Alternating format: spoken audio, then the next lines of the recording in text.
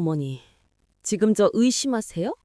어떻게 죽은 아들을 두고 그런 끔찍한 상상을 하세요? 그래, 그렇다 치자. 내가 요즘 마음이 너무 괴로워서 그런다. 기어이 이걸 밝혀내셨네요. 대단하시다, 정말. 구독과 좋아요는 제작에 큰 힘이 됩니다. 제 아들이 교통사고로 세상을 떠난 지 어느덧 3년이 지났습니다. 40이 넘도록 장가를 못 가 속을 썩이더니 뒤늦게 참한 며느리를 만나 손주까지 안겨주고는 그렇게 허망하게 갔습니다. 아들이 남긴 건 서울 변두리의 작은 아파트 한 채와 눈에 넣어도 안 아플 5살 배기 손주 민준이뿐이었죠. 저는 남편도 없이 혼자 키운 아들을 앞세우고 며느리와 손주만 바라보며 살았습니다. 며느리가 제가라도 하면 어쩌나, 행여나 손주를 못 보게 되면 어쩌나, 늘 며느리 눈치만 보며 지냈죠. 그러던 어느 날이었습니다. 며느리가 베란다에서 누군가와 통화하는 소리가 들렸습니다. 평소 조용하던 아이가 웬일인지 목소리를 높이고 있더군요. 글쎄, 기다리라니까. 어머니 아직 정정하셔. 유산 정리하려면 시간 좀 걸린다고. 민준이 핑계대고 돈 좀 더 달라고 해볼 테니까 넌 가만히 좀 있어. 가슴이 철렁했습니다. 어머니 아직 정정하다. 유산 정리. 돈 더 달라고 해본다. 이게 무슨 소리일까요? 혹시 며느리에게 남사가 생긴 걸까요? 아니면 빚이라도 있는 걸까요?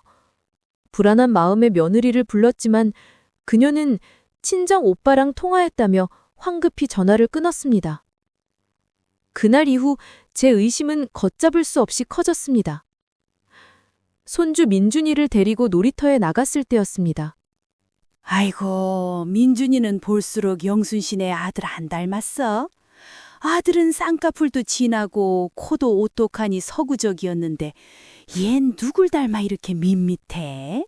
그러게, 며느리도 안 닳고 혹시 이 밑에서 주워온 거 아니야? 평소 같으면 웃어 넘겼을 농담이 그날따라 비수처럼 꽂혔습니다. 생각해보니 그랬습니다. 아들은 곱슬머리였는데 민준이는 참머리고, 아들은 해산물 알러지가 있었는데 민준이는 새우를 없어서 못 먹습니다. 식성부터 생김새까지 아들과 닮은 구석이라곤 하나도 없었습니다. 설마, 아니겠지. 하지만 한 번 싹 튼 의심은 독버섯처럼 자라났습니다. 며칠 밤을 뜬 눈으로 지새운 끝에 저는 확인을 해야만 했습니다. 죽은 아들을 위해서라도 진실을 알아야만 했습니다. 며느리가 잠시 장을 보러 나간 사이 저는 떨리는 손으로 화장실 문을 열었습니다.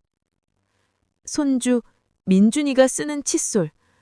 이걸 가져가서 검사를 해보면 모든 게 밝혀질 터였습니다. 비닐 지퍼백에 칫솔을 넣는 순간 등 뒤에서 서늘한 목소리가 들렸습니다. 어머니, 지금 뭐 하세요? 소스라치게 놀라 뒤를 돌아보니 며느리가 현관에 서서 저를 노려보고 있었습니다. 손에 들린 칫솔을 감출 새도 없었습니다. 아니 그게 민준이 칫솔이 낡은 것 같아서 새 걸로 바꿔주려고. 새 걸로요? 근데 칫솔은 지퍼백에 왜 넣으세요? 어머니, 설마 유전자 검사라도 하시려는 거예요? 그 말에 심장이 멎는 것 같았습니다. 제 속을 들여다본 것처럼 정확히 찔러오는 며느리의 눈빛. 저는 더 이상 변명할 수가 없었습니다. 그래, 그렇다 치자. 내가 요즘 마음이 너무 괴로워서 그런다. 그냥 내 의심이 틀렸다는 것만 확인하면 되잖니. 의심이요? 어떻게 죽은 아들을 두고 그런 끔찍한 생각을 하세요? 저 못 참아요. 어머니가 이렇게 저를 못 믿으시면 저도 더 이상은 같이 못 살아요. 며느리는 그 길로 방에 들어가 짐을 싸기 시작했습니다. 어머니, 후회하실 거예요. 진짜 후회하게 만들어 드릴게요. 마지막으로 쏘아붙인 그 말은 단순한 협박처럼 들리지 않았습니다. 텅 빈 집에 홀로 남은 저는 며느리의 그 격한 반응이 오히려 더 큰 확신으로 다가오는 것을 느꼈습니다. 아니다. 저건 억울해서 화내는 게 아니다. 저건 들킬까봐 겁먹은 사람의 눈빛이다. 며느리가 집을 나간 뒤 저는 곧장 유전자 검사센터로 달려갔습니다. 손에 쥔 민준이의 칫솔과 아들이 생전에 쓰던 빗에 남은 머리카락. 제 손은 떨리고 있었지만 마음만은 차갑게 식어 있었습니다. 검사 결과가 나오기까지 걸린 3일은 제 인생에서 가장 길고 고통스러운 시간이었습니다. 제발 내 의심이 틀렸기를. 내가 노망난 늙은이여서 죄 없는 며느리를 쫓아낸 것이기를. 수만 번도 넘게 기도했습니다. 하지만 하늘은 제 편이 아니었습니다. 등기로 도착한 결과지를 뜯어보는 순간 세상이 무너져 내렸습니다. 불일치. 제 아들과 민준이의 유전자는 단 1%도 일치하지 않았습니다. 10년 만에 얻은 귀한 손자가 며느리의 불륜으로 낳은 씨앗이었던 겁니다. 배신감에 온몸이 떨려왔습니다. 죽은 아들이 불쌍해서 억울해서 견딜 수가 없었습니다. 저는 그 길로 결과지를 들고 며느리의 친정으로 찾아갔습니다. 친정 어머니가 문을 열어주었지만 저는 며느리가 나올 때까지 대문 앞을 지켰습니다. 한참 뒤 며느리가 싸늘한 표정으로 나왔습니다. 네가 감히 우리 집안을 능멸해? 내 아들 핏줄도 아닌 놈을 데리고 들어와서 우리 재산을 노려? 저는 며느리 얼굴에 결과지를 집어던졌습니다. 무릎 꿇고 빌 줄 알았습니다. 살려달라고 애원할 줄 알았습니다. 하지만 며느리는 결과지를 쓱 보더니 기가 막히게도 웃음을 터뜨렸습니다. 기어이 이걸 밝혀내셨네요. 대단하시다 정말. 뭐? 대단해? 너 지금 제정신이니? 어머니, 모르셨죠? 그이 무정자증이었어요. 애 못 낳는다고요. 당신 아들이 불임인 거 시댁 식구들한테 숨기려고 내 입 막은 거라고요. 망치로 뒤통수를 얻어맞은 것 같았습니다. 무정자증이라니? 내 아들이? 10년 동안 애 없다고 구박하신 건 어머니잖아요. 그이가 울면서 부탁했어요. 제발 남의 씨라도 받아서 낳아달라고. 민준이 아니었으면 어머니가 그 아파트 물려주기나 했겠어요? 다 당신 아들이 꾸민 짓이라고요. 며느리의 말은 비수가 되어 제 가슴을 후벼 팠습니다. 믿을 수가 없었습니다. 집으로 돌아온 저는 미친 사람처럼 아들의 유품을 뒤졌습니다. 그리고 서재 깊숙한 곳 낡은 일기장 속에 제 아들의 비참한 고백을 발견하고 말았습니다. 오늘은 병원에서 최종 진단을 받았다. 불임이다. 어머니가 손주를 저렇게나 바라시는데 나는 불효자다. 희진이가 다른 방법을 제안했다. 미친 짓인 줄 알지만 어머니를 실망시키는 것보단 낫지 않을까. 나는 공범이 되기로 했다. 일기장을 부여잡고 저는 짐승처럼 울부짖었습니다. 내 욕심이, 손주를 원했던 내 집착이 아들을 벼랑 끝으로 몰아넣은 겁니다.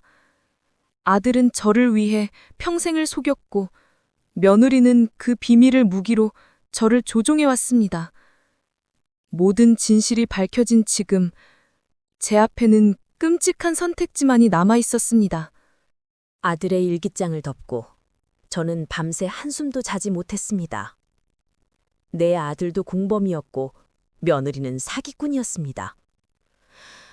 하지만 아무것도 모르는 5살 배긴 민준이는 제 아들이 진짜 아빠인 줄 알고 매일 밤 아빠 사진을 껴안고 잡니다. 다음 날 며느리가 변호사를 대동하고 집으로 찾아왔습니다. 그녀는 더 이상 며느리의 얼굴이 아니었습니다. 어머니, 이미 다 아셨죠?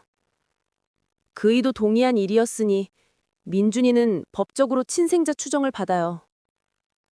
유산 상속권 당연히 민준이한테 있습니다. 좋게 합의하시죠. 아파트 명의 넘겨주시면 제가 민준이 데리고 조용히 살게요. 며느리는 아들의 치부를 무기로 당당하게 유산을 요구했습니다. 법적으로 다투면 친생자 부인 소송을 해야 하고, 그러면 죽은 아들의 불임 사실과 며느리의 외도, 이 추악한 가족사가 만천하에 까발려질 것입니다. 아들의 명예를 지켜주려면 며느리의 요구를 들어줘야만 했습니다. 변호사가 저에게 말했습니다. 할머니, 소송 가시면 승산은 있습니다. 하지만 과정이 꽤 지저분해질 겁니다.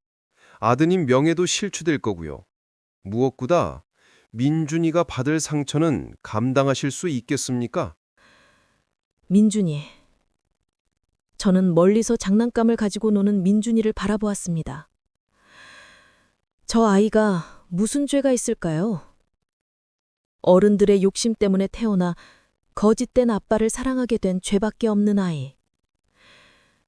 저 아이를 내치면 저는 아들의 유언을 어기는 것이 될까요? 아니면 가문의 핏줄을 지키는 것이 될까요? 한참의 침묵 끝에 저는 결단을 내렸습니다. 그래, 알았다.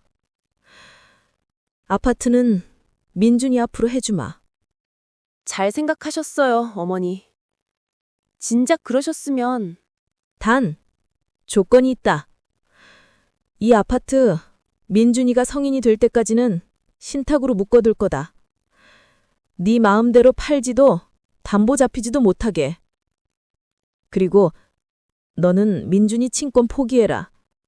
양육권은 내가 갖는다. 그게 무슨? 네가 돈 때문에 민준이 이용한 거 내가 모를 줄 아냐? 내 아들 핏줄은 아니지만 내 아들이 목숨 걸고 지키려 했던 내 손주다. 너 같은 어미 밑에서 돈벌이 수단으로 크게 놔둘 순 없다. 싫으면 소송해라. 아들 명예고 뭐고 네가 저지른 짓 다 까발리고 너 빈털터리로 쫓아내줄 테니까. 며느리의 얼굴이 사색이 되었습니다. 돈은 탐나지만 아이를 키우기는 싫었던 그녀의 밑바닥이 드러난 순간이었습니다. 결국 며느리는 합의금을 챙겨 도망치듯 떠났습니다. 민준이를 뒤도 안 돌아보고 말이죠. 이제 저에게 남은 건 핏줄 하나 섞이지 않은 손주 민준이뿐입니다. 사람들은 저보고 미쳤다고 합니다. 남의 자식을 왜 거두냐고.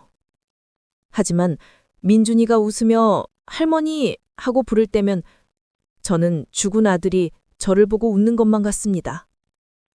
여러분, 저는 잘한 걸까요? 거짓으로 시작된 가족이지만 사랑으로 덮으면 진짜 가족이 될 수 있을까요? 아니면 언젠가 이 아이에게 진실을 말해야 할 날이 올까요? 지금도 저는 잠든 민준이의 얼굴을 보며 매일 밤 스스로에게 묻습니다.